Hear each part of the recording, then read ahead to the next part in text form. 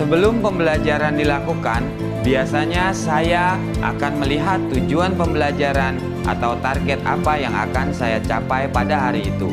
Setelah itu, saya melihat data atau informasi terkait murid-murid saya untuk menentukan strategi pembelajaran yang tepat dan penilaian yang sesuai. Saat merencanakan pembelajaran, Pak Kasim mempersiapkan beberapa sumber belajar yang menurutnya akan membantu murid-muridnya belajar sesuai dengan kebutuhannya. Sumber daya belajar yang disiapkan diantaranya adalah sebuah poster, berbagai bacaan yang memuat pembahasan tentang bagaimana organ pencernaan bekerja dari beberapa sumber. Ada yang berupa beberapa buku bacaan dengan tingkat kesulitan berbeda-beda, artikel sederhana, mengunduh sebuah video singkat yang sesuai dengan apa yang ia ingin anak-anak pahami, membuat kartu-kartu pertanyaan untuk membantu murid mengkonstruksi sendiri pemahaman mereka tentang cara kerja sistem organ pencernaan dengan menjawab pertanyaan. Sumber belajar yang beragam ini tentunya tetap sesuai dengan tujuan pembelajaran yang ingin dicapai atau dengan kata lain mengimplementasikan diferensiasi konten.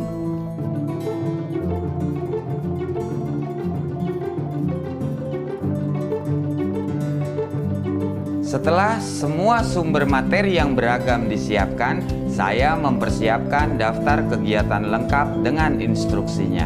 Misalnya, membaca buku atau artikel, dan lain sebagainya, mengamati poster, mendiskusikannya, dan kemudian membuat ringkasan untuk menunjukkan pemahaman tentang isi poster tersebut. Menjawab kartu-kartu pertanyaan. Aktivitas-aktivitas tersebut walaupun berbeda-beda, namun semuanya bertujuan agar murid memahami cara kerja sistem pencernaan. Assalamualaikum. Bagaimana kabar kalian? Waalaikumsalam. Baik, Pak. Hari ini kita akan mempelajari tentang sistem pencernaan manusia. Saya, Pak.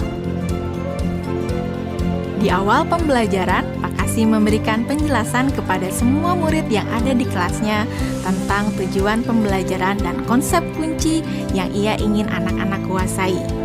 Lewat proses tanya jawab dan contoh-contoh, Pak Kasim memastikan bahwa murid-muridnya memahami apa yang dimaksud dengan sistem. Pak Kasim meminta murid-murid bekerja dalam kelompok.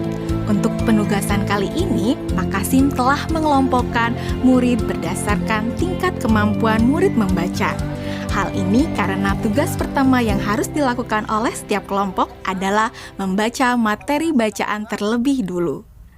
Teks yang dibaca tiap kelompok sesuai dengan kemampuan membaca mereka. Selama proses murid melakukan kegiatan, saya mengobservasi dan memantau pemahaman murid-murid.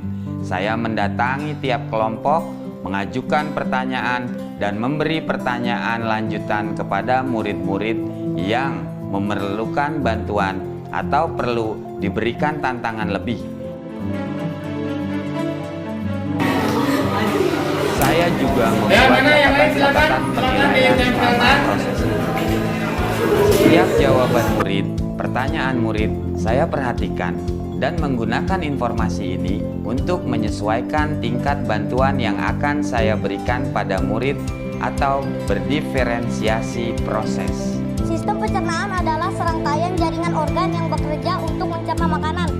Organ pencernaan antara lain meliputi mulut, kerongkongan, lambung, usus kecil, usus besar, rektum, anus.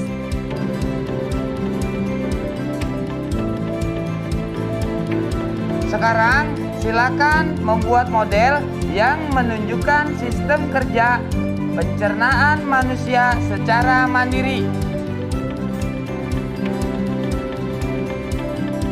Selama proses murid-murid membuat model sistem pencernaan, Pak Kasim berkeliling melihat pekerjaan murid untuk mengetahui sejauh mana pemahaman murid.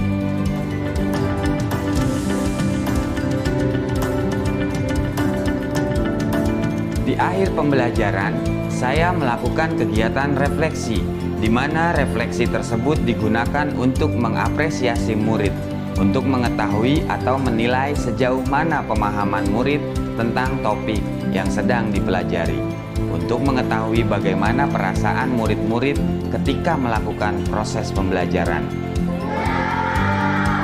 Aksan, Senang, Pak. Arjuna, Senang, Pak. dan tentunya semua ini dapat menjadi informasi bagi saya untuk mengembangkan proses pembelajaran selanjutnya.